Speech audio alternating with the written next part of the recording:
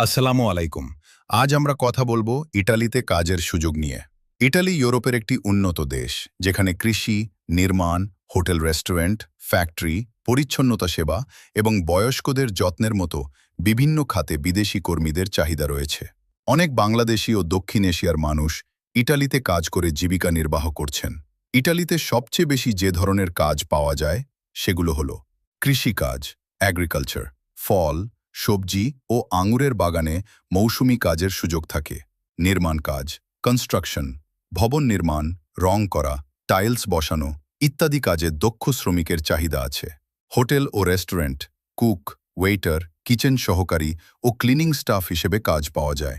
Factory ও গুদাম, factory এবং warehouse, packaging, উৎপাদন ও গুদাম ব্যবস্থাপনার কাজে লোক নিয়োগ হয়। কেয়ারগিভার বা পরিচর্যা সেবা, বয়স্ক বা অসুস্থ ব্যক্তির দেখাশোনার জন্য কর্মীর প্রয়োজন হয়। বেতন কেমন? কাজের ধরন, দক্ষতা ও অবস্থান অনুযায়ী আয় ভিন্ন হয়। সাধারণত মাসিক বেতন প্রায় 1000 থেকে 2000 ইউরো বা তার বেশি হতে পারে। দক্ষ কর্মীরা আরও বেশি আয় করতে পারেন। কিভাবে যাবেন? ইটালিতে কাজের জন্য সাধারণত বৈধ ওয়ার্ক ভিসা, চাকরির অফার বা নিয়োগকর্তার স্পন্সরশিপ প্রয়োজন হয়। অনেক সময় সরকার নির্দিষ্ট কোটা বা কর্মী নিয়োগ কর্মসূচি ঘোষণা করে, তাই আবেদন করার আগে অফিসিয়াল তথ্য যাচাই করা জরুরি। সতর্কতা: অবৈধ পথে যাওয়ার চেষ্টা করবেন না। দালাল বা ভুয়া এজেন্সির প্রতারণা থেকে সাবধান থাকুন।